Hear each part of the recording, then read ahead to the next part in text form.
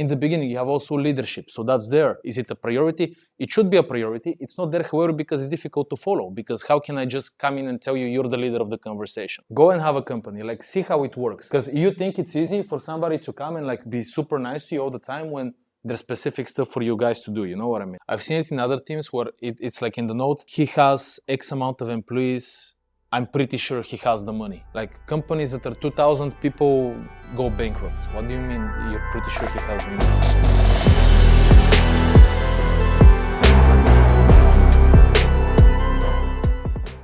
Yeah, and you can start like, that's why we said, start with something small and just like add like, why do you guys think we add priorities? Because like you start doing something and you say, okay, I don't have time for everything, but let me try like 1, 2, 3 priorities, right? So that's why I have it, for instance, on the notes.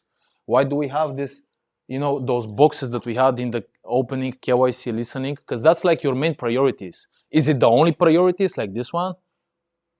Is this the only priorities? No, it's not. I have it there. This is like your bare minimum, right? So this is like first impression, background, setting expectations, opening up the prospect, right? In the beginning, you have also leadership. So that's there. Is it a priority? It should be a priority. It's not there, however, because it's difficult to follow. Because how can I just come in and tell you you're the leader of the conversation?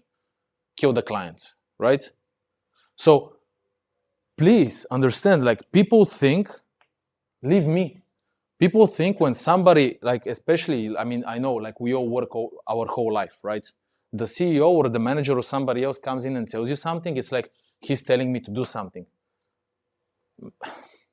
That's why I said, like, go have a company. Go and have a company, like see how it works. Because you think it's easy for somebody to come and like be super nice to you all the time when there's specific stuff for you guys to do, you know what I mean? Or a client, or a quote, or for you to travel somewhere. You think it's like, oh, he tells me. You have no idea how much self-control it takes to own like a whole, especially like a big company like this, and make sure that everybody's following and they also feel good, because I'm talking like this because I want to explain it in a way that you guys feel good about it. Does that make sense? I don't want you to become defensive. I don't want you to be offended, right? I want this to work. So go and try this with 2 people, 20, 200, and then understand why is my CEO or somebody else coming and each week asking me about some stuff? Why is he telling me about a new process? Why is he asking me about this client again? Why is this or that? Because it's difficult for you to follow him. Does that make sense, guys? Yeah? It's like, there's no shame in that. I don't get it. Like, nobody's asking you to be clones, right?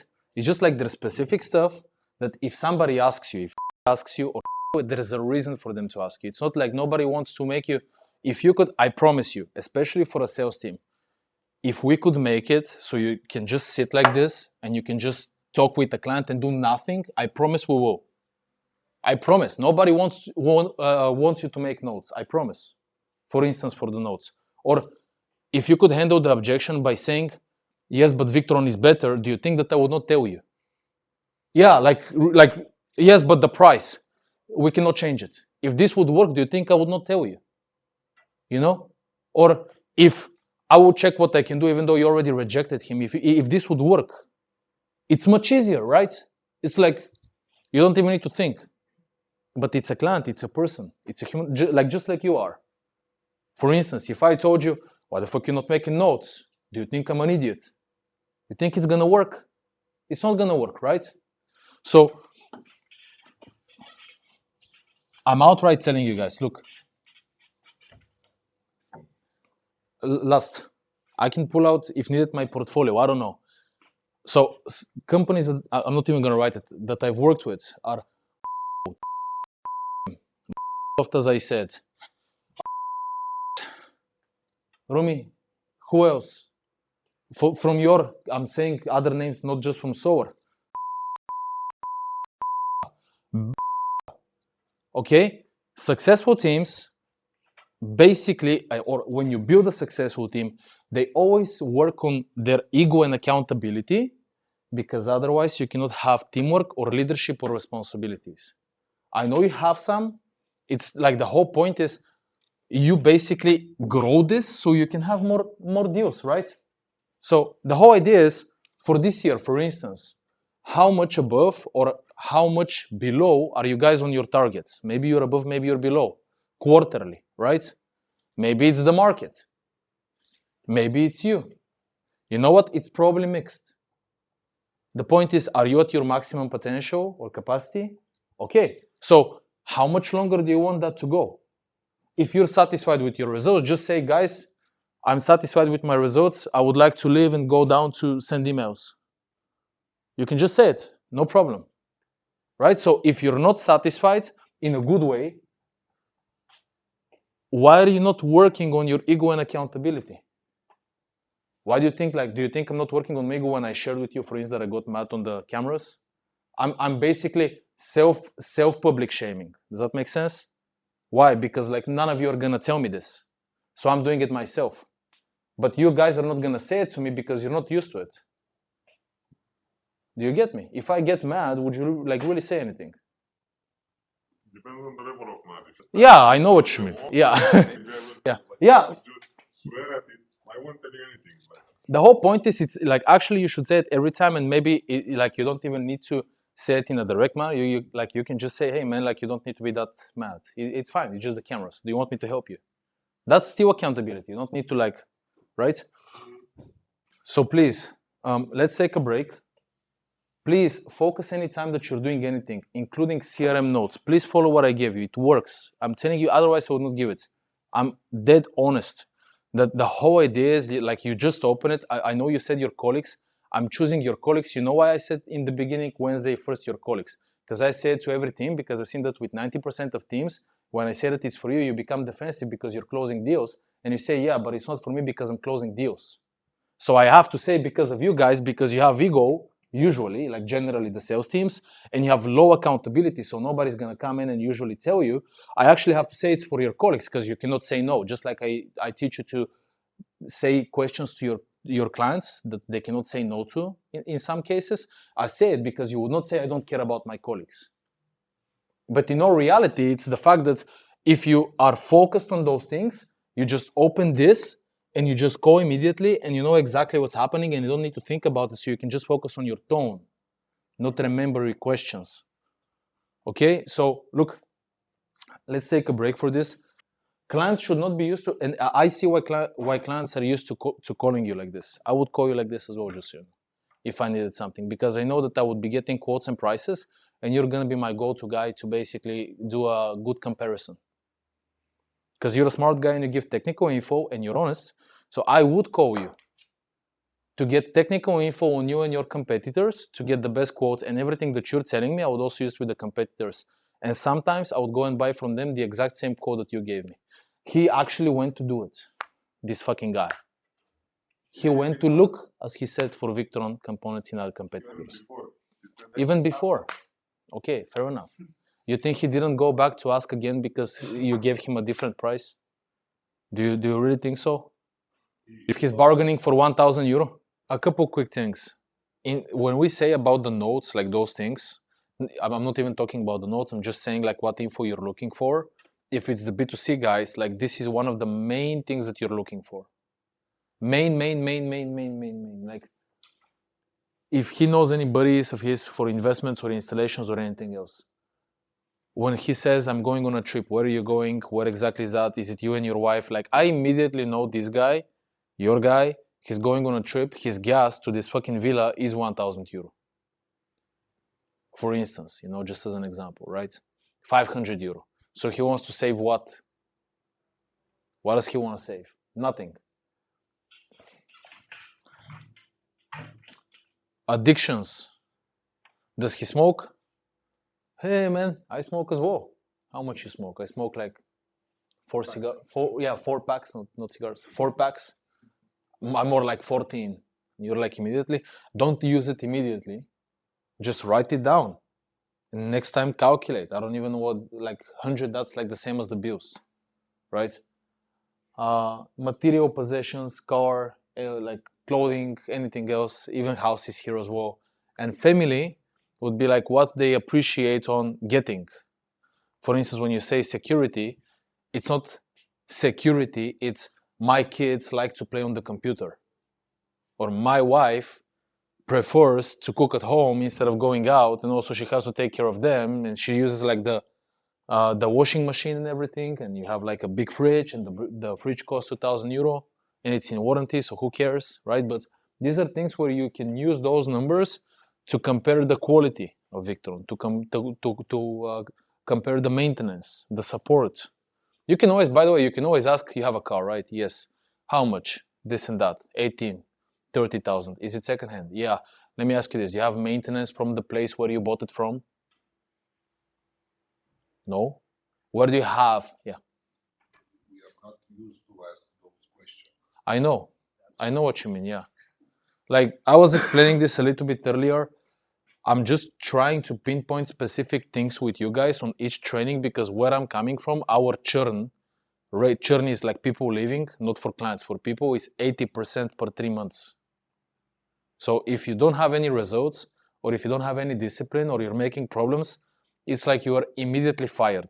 This is not how it should be done. This is wrong, okay? But I'm just saying, it's not that it works, it's just like 20%. It's just like 20% survive. Does that make sense? Like you just sit there and about 20% survive. It's not even like you don't, I'm basically trying to say you have it good, you know, like you have it like really nice here. So, cause sometimes like we as salespeople, we feel like, man, this guy's making me like sit or make notes or do something. I'm just trying to tell you there's places where you just, I'm outright like telling you, for instance, I gave them this example. I want to give it to you as well. Like we will do each week training for new people. So each 2 weeks, 10 to 15 people we will train. So I have seen, you know, the trainer would call me because I'm the top performer to just go and show them something, right? So it's not just him. Just like, for instance, I would ask them to do something, like so you can have somebody else also engage with you. And I have seen him multiple times. Like somebody's like this and it's a new guy. So he's learning. So he's just like this. He's like this. Like me? Yeah, almost. Yeah. Okay, guys, make notes. He's like this. And then like he basically says one time, look, can you just sit normally? He's like, me? Yeah, you. Just like, by the way, this, sometimes I've seen him like just kick them out. Okay? And I see it in the eyes of the trainer. He's this close. He just sits like this. And then after the lunch break, he sits back and he goes like this again. And the trainer is like, hey, look, what was your name? He's like, okay, can you please go to the HR for a second? Can you please go? He's like, no? Yeah, now. Okay, he goes, just sends a Viber message, and it was standard for her. It was standard. Opens the door, and she's like, are you from the training? He's like, yeah. Give me a second. She checks her Viber. She's like, okay, sit down for a second, and he's gone. This happens constantly. If you don't have results 1 or 2 months, you would get fired. You have results 8 months, so 8 months you have results. You don't have results 2 months. First of all, I already know that you're stressed. I already know you're negative. I already know you're like shitting your pants. You are fired. There's no like emotional or illogical instability is not tolerated. Like are you here to do something or not? Like that's what it is. Okay, so I'm just trying to explain to you guys, like this is completely like too much. So when somebody just says, hey, like, can you just make a quick notes? It's like, like that's one of the best things you can get in our sector, in sales. You don't need to overthink it as if like he's telling me to do something. So financial justification, for those things we're not used to asking it, you're asking it because this is the best way for you to explain anything, including I told you guys, when you're closing the B2B, the guys turn into B2C types a little bit, so price sensitive, quality driven, even in distribution. So if you're able to, for instance, compare his trips to any other thing that you're doing, maybe you're selling components or inverters or something else, you would see it's on the same price, and he's telling you that it's too expensive. And maybe a lot of them would still not buy, but some of them you're gonna turn. That's the whole idea of increasing your conversion from 10 to 20 to 30% or even more. Like you're not gonna be on 100%. Whereas with B2B, this is, we spoke on the first meeting, you know, a little bit about this, and I asked you guys how much market knowledge do you have for your clients. So for B2B, and actually I think you also have B2B leads, in the majority of cases, you should like really, by this point, you should like kind of like really know this. You still ask the question, but you should be like really clear on kind of the expenses of the companies. Does that make sense? But please, you know, I've seen in other teams, I'm not even gonna talk about like this here. I've seen it in other teams where it's like in the note, he has X amount of employees. I'm pretty sure he has the money. Like companies that are 2,000 people go bankrupt. What do you mean you're pretty sure he has the money? No, it's like you don't ask it to confirm it. You ask it because now he says it, so you can use it with him to close, right? If he does. And by the way, in many cases, they would also give you the wrong number. And I promise you that if you know how to sell it, logically, you would still get to the right number. It's not about him lowballing you. I don't have 1 million, I have 500,000.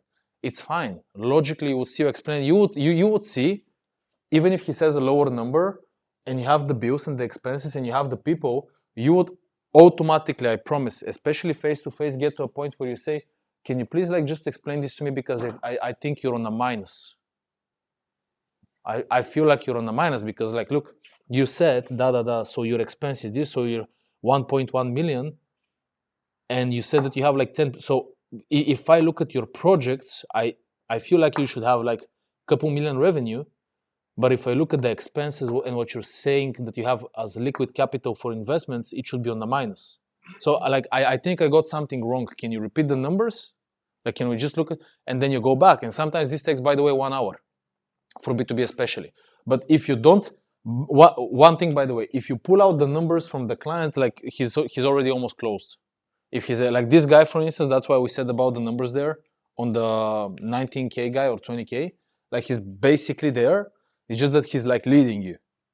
If he's so open to discussing it and he's saying it and this and this and that, it's I feel like to him it might be also like an ego thing at this point. Clients flock, they know who to trust. Revenue popping, bank busted, robust.